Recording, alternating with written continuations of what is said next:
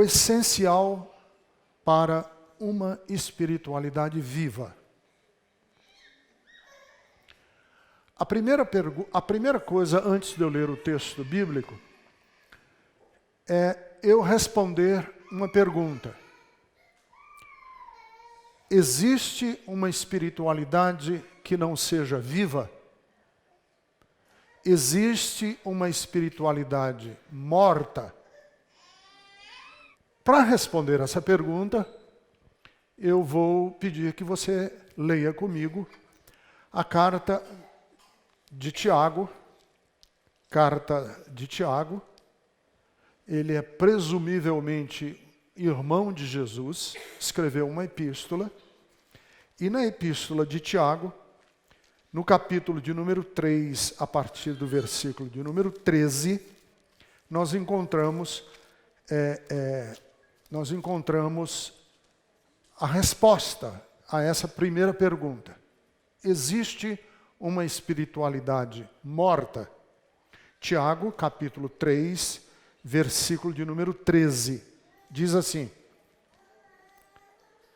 quem é sábio e tem entendimento entre vocês, que o mostre pelo bom procedimento, mediante obras praticadas com humildade que provém da sabedoria. Contudo, se vocês abrigam no coração inveja amarga, ambição egoísta, não se gloriem disso, nem neguem a verdade. Esse tipo, entre aspas, de sabedoria, não vem dos céus, mas é terrena, não é espiritual, é demoníaca. Pois onde há inveja e ambição egoísta, aí há confusão e toda espécie de males. Mas a sabedoria que vem do alto, antes de tudo é pura, depois é pacífica, amável, compreensiva, cheia de misericórdia e de bons frutos, imparcial e sincera. O fruto da justiça semeia-se em paz para os pacificadores. De onde vêm as guerras e contendas que há entre vocês? Não vêm das paixões que guerreiam dentro de vocês? Vocês cobiçam coisas e não as têm, matam e invejam, mas não conseguem obter o que desejam. Vocês vivem a lutar e a fazer guerras. Eu quero mexer hoje com alguns pressupostos, ideias que nós temos na nossa cabeça. E durante todo esse mês de agosto, eu quero mexer com algumas coisas que a gente tem como fundamento, que a gente acha que são sólidas, que fazem parte do nosso imaginário religioso. E eu quero que você não tenha medo de mexer com a sua religiosidade. Porque a gente tem medo de mexer com a nossa religiosidade.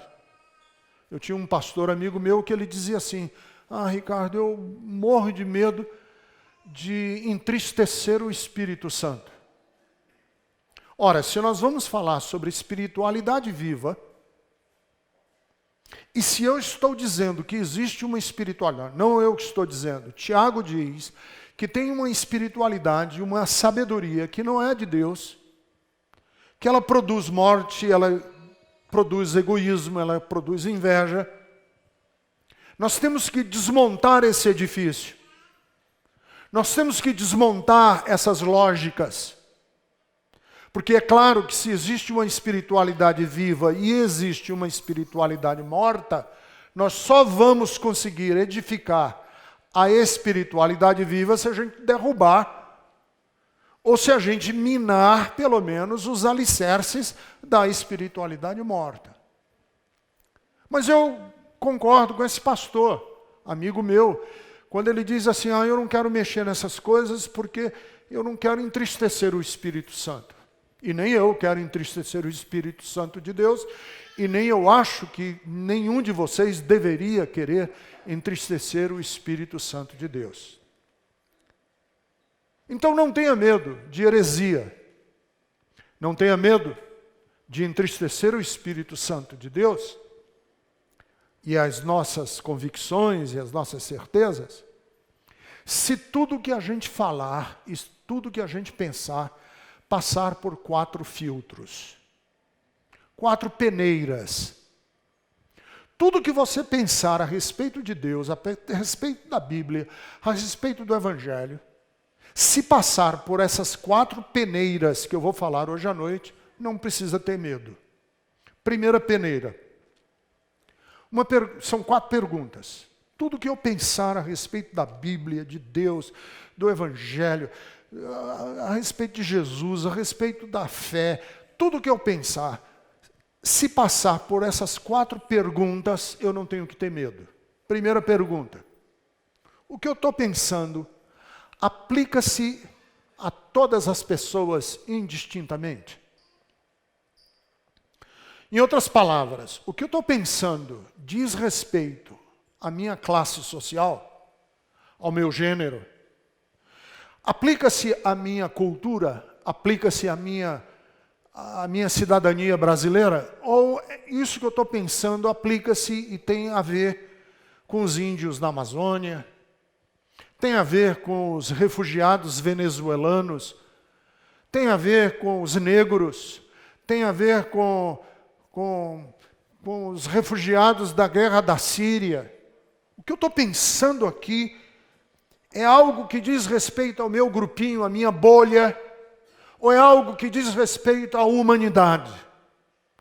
Porque a Bíblia diz em João capítulo 3, versículo 16, que Deus amou o mundo de tal maneira.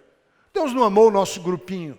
Deus não amou a minha etnia. Deus não amou as pessoas com a minha cor de pele. Deus não amou as pessoas que estão com a minha classe social. Deus ama a todos, indistintamente. Deus amou o mundo de tal maneira. A segunda pergunta, contribui com a minha humanização? O que nós estamos pensando aqui contribui com a minha humanização, com o meu crescimento humano? Vai fazer de mim uma pessoa mais dócil, mais terna, mais humilde? Ou vai tornar-me um boçal? Ou vai tornar-me um egoísta? Ou isso está gerando em mim, ou gerando no meu grupo, vaidade, disputas por cargos e por ganância de dinheiro? Isso que nós estamos pensando aqui hoje à noite, objetiva criar nas pessoas uma humanidade mais elegante, mais cheia de vida. Terceira peneira. Isso que nós estamos pensando aqui hoje à noite tem a ver com Jesus. Isso nega ou afirma a vida que Jesus viveu aqui na terra? O trato de Jesus, a maneira de Jesus lidar com as pessoas? Quarta pergunta. Faz sentido? São 4 perguntas. Primeiro, contribui com toda a humanidade ou contribui só com o meu grupo? Segunda pergunta, contribui com a minha humanização? Me faz uma pessoa menos egoísta ou mais egoísta? Terceiro, tem a ver com Jesus? Quarto, faz sentido? Porque se não fizer sentido, né, se eu estiver falando aqui sobre os habitantes de Marte, não faz sentido. Porque não faz sentido com a vida, não faz sentido com a terra, não faz sentido com o chão da fábrica, não faz sentido com quem anda de metrô, não faz sentido com quem tem que esperar em fila de hospital, não faz sentido. Então, as minhas 4 perguntas. Se a minha espiritualidade, ou se a minha reflexão sobre espiritualidade lidar com essas 4 perguntas, eu não tenho que ter medo. Eu posso pensar. Eu não tenho medo de, inclusive, transgredir. Eu não tenho medo de, inclusive, negar algumas coisas que são comumente aceitas como se fossem da espiritualidade viva, mas não são mera religiosidade vazia. Então, passando por esses 4 filtros, deixa eu dizer algumas coisas para você. Primeiro, quando falamos de espiritualidade, nós temos que, primeiro passo é reduzir, é resumir, é sintetizar. Quando falamos de espiritualidade, a gente tem que tentar resumir tudo aquilo que a gente está pensando numa frase, num conceito, numa ideia. Uma ideia à qual você possa se agarrar. Quando falar de espiritualidade, por que eu estou dizendo isso? Porque muitas vezes as religiões complicam. Muitas vezes as religiões criam uma burocracia para a gente entender Deus, que é complicada demais. E aí você que não tem teologia, que não é filósofo, você que não tem um berço, né, não foi criado dentro do meio religioso, você fala assim, eu não vou entender isso nunca, é muito complicado. É muito cheio de meandros, é muito cheio de como diz lá no Ceará, é muito cheio de lero-lero, não dá para a gente entender, eu não consigo entender, é muita coisa. É um cipoal de protocolos, é um arsenal de pensamentos, que eu que sou leigo, eu que sou uma pessoa comum, eu que sou pai de família, eu que sou a mãe, eu não estou entendendo, não consigo entender. Então, quando eu falo de espiritualidade, eu sigo o exemplo de Jesus. Porque os judeus, eles tinham 600 e tantos mandamentos, 700 e tantas ordens, tinha um monte de coisas que eles tinham que fazer, tinham comida que era proibida, tinha roupa que era proibida, tinha dia que era proibido. Aí vem o profeta Miqueias, e o profeta Miqueias diz o seguinte, olha, tudo isso que a lei diz, que é complicado, que é cheio de exigência, de cobrança, de mandamento, tudo isso, vamos resumir em 3 coisas. Como eu falei, espiritualidade, a gente tem que aprender a resumir. E o profeta Miqueias, capítulo 6, versículo 8, resume em 3. Quais são as 3 que ele resumiu? Pratique a justiça. Pratique a justiça. Você quer ter uma espiritualidade? Pratique a justiça. Ame a fidelidade. E seja humilde. Tá bom. Tudo aquilo que os sacerdotes exigiam e cobravam, e todo o sangue, toda coisa que era complicada, vamos resumir. E o resumo de tudo é o seguinte: seja uma pessoa justa, seja uma pessoa fiel e seja uma pessoa humilde. Se você tiver essas 3 na sua vida, está de bom tamanho para Deus. Jesus pegou esse conceito de Miqueias, 3, ele resumiu para 1. Tudo o que a lei diz é: ame a Deus, ame o próximo, como você ama a si mesmo. Tá bom. O amor resume toda a lei e todos os profetas. Toda a lei e todos os profetas, resumido num só mandamento: amar. Se você amar, e aí João pegou esse conceito e entendeu, e disse: aquele que ama é nascido de Deus, porque Deus é amor. Tá bom, tá de bom tamanho. O segundo passo que a gente tem que aprender na nossa prática de espiritualidade é absolutizar o que é absoluto e relativizar o que é relativo. Não é complicado. O que é absoluto, lide, trabalhe como um absoluto. O que é relativo, não tenha medo de tratar como uma coisa relativa. Por exemplo, a vida é um absoluto. A defesa da vida é um absoluto. O reconhecimento da dignidade do outro é um absoluto. Todos nós somos dignos. E por que somos dignos? Porque todas as pessoas carregam em si a imagem de Deus. Isso é um absoluto. Para um cristão isso é inegociável. Na Carta dos Direitos Humanos das Nações Unidas tem alguns absolutos. O absoluto, por exemplo, da liberdade. É um absoluto. Nenhum sistema deve cercear a liberdade do outro. É um absoluto.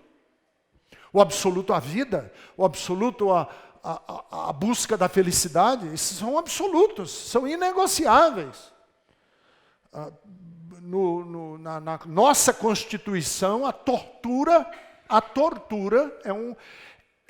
é um crime hediondo que não prescreve. Isso é um absoluto. Agora, existem coisas que são relativas. E o que é relativo, não tem problema nenhum você relativizar. Algumas pessoas às vezes me acusam. Dizem assim, o Ricardo é muito relativista. Aí eu digo, e o que é que há de errado em ser relativista? Desde que eu esteja relativizando o que é relativo. Por exemplo, Jesus não teve problema nenhum em relativizar o sábado, que para o judeu era absoluto, mas Jesus disse não, o sábado não é absoluto. Tanto que ele curou um homem que tinha uma mão mirrada no dia de sábado. Curou um paralítico que estava há 38 anos num tanque, num sábado. Como querendo dizer o seguinte, a vida é mais importante do que o sábado. Então, o sábado ser relativizado em relação à vida, não tem problema nenhum. Jesus relativizou a lei. Quando que Jesus relativizou a lei? Quando a mulher foi apanhada em adultério, e o que é que dizia a lei? A lei dizia que aquela mulher devia ser apedrejada. Mas em nome da misericórdia, em nome da vida, Jesus relativizou a lei. E relativizou a lei também quando ele disse que os soldados de Davi comeram os pães da preposição que eles não podiam comer, mas eles comeram porque estavam com fome. Se tem uma lei que diz que você não pode comer e você está com fome, suspenda-se a lei para dar de comida às pessoas. Então, relativizar o que é relativo não está errado, desde que seja relativo. Dito isso, o que é uma espiritualidade viva? Espiritualidade viva é toda espiritualidade que gera em nós paz e não intranquilidade. A espiritualidade viva gera em nós paz. Às vezes eu fico prestando atenção no tom de voz das pessoas que oram. Eu faço isso. Não sei se está certo, mas eu faço. Eu fico prestando atenção no tom de voz das pessoas que oram. E eu acho interessante como as pessoas, quando vão orar, mudam o tom de voz de uma maneira esquisita. Esquisita. Irmão, vamos orar? Senhor, meu Deus, o que está acontecendo? Parece que tem uma angústia embutida na voz. Parece que a nossa espiritualidade não nos dá paz de falar com Deus. Parece que a nossa vida não cabe na agenda de Deus. Parece que eu não sou merecedor de falar com Deus. Então, uma espiritualidade viva é aquela que enfrenta, que faz frente à sensação religiosa de que eu tenho sempre culpa no cartório. Tenho sempre culpa no cartório. Lá no Ceará tinha um sujeito que era conhecido como... E eu apanhei da minha mãe, às vezes, em nome desse cara. Que minha mãe dizia assim, aqui em casa é na lei do Chico de Brito. E eu ficava, quando criança, perguntando quem é esse maldito Chico de Brito, que minha mãe usa como argumento para me bater. E na lei do Chico de Brito dizia assim, eu bato nos meus filhos até quando não sei porque estou batendo, porque eles sabem porque estão apanhando. Imagine. Então, às vezes nos auditórios religiosos perdura entre nós essa sensação de que a gente nunca chega no nível da aceitação de Deus. Que a gente nunca tem o favor de Deus, porque a gente nunca se fez merecedor o suficiente. Há alguma mancha não declarada dentro do meu peito. E aí eu vejo uma religiosidade do estresse, dessa busca pela superbênção que não chega nunca, do milagre arrasa quarteirão, que no final eu não tenho, e eu me culpo por isso. E eu vou dizer um segredo para vocês, e os pastores faturam em cima disso. Qual é a espiritualidade viva? É quando a paz no meu coração, na relação minha com Deus. Segundo, espiritualidade viva é aquela que faz do amor e não do poder a melhor maneira de compreender Deus. Que é outro problema da nossa espiritualidade. Nós preferimos compreender Deus a partir do poder e não do amor. Às vezes eu vejo as músicas que a gente canta, na métrica da música, cabe direitinho a gente cantar assim, amoroso tu és. Mas a gente não faz essa opção de cantar amoroso tu és. A nossa opção é cantar poderoso tu és. Porque, de alguma maneira, nós achamos que conhecer Deus a partir do poder traz mais tranquilidade à nossa alma. Mas não traz. Quando se conhece Deus a partir do poder e não do amor, isso provoca na nossa espiritualidade essa sensação desse outro que está tão longe da gente, está tão distante, não distante geograficamente, está tão distante em substância. Deus é tão diferentemente outro de nós, que é por isso que a nossa espiritualidade em relação a Deus é uma espiritualidade do sacrifício, é uma espiritualidade do dever, porque nós nos sentimos sempre a ralé da ralé em relação a esse outro que é tão absolutamente santo, que é tão absolutamente outro, que nós não temos espaço para nos aproximarmos de Deus como filhos e filhas amadas e amados. Ora, a Bíblia descreve Deus de uma maneira peremptória como amor. E dentre o imaginário bíblico todo do Antigo Testamento, qual foi o preferido de Jesus para mostrar Deus a nós? Quando vocês orarem, orem dizendo, o quê? Soberano Senhor, eterno arquiteto do universo, fala com Deus como? Pai, meu Pai. Dentre todo o imaginário bíblico, o preferido de Jesus, para que nós conversássemos e tivéssemos acesso a Deus, é o do amor. Então, espiritualidade e vida é aquela que gera em nós o fruto que dignifica a vida. Espiritualidade viva é aquela que gera em nós o fruto que dignifica a vida. Gálatas 5, 22 e 23 diz que quando o Espírito de Deus está em nós, não nos torna pessoas poderosas.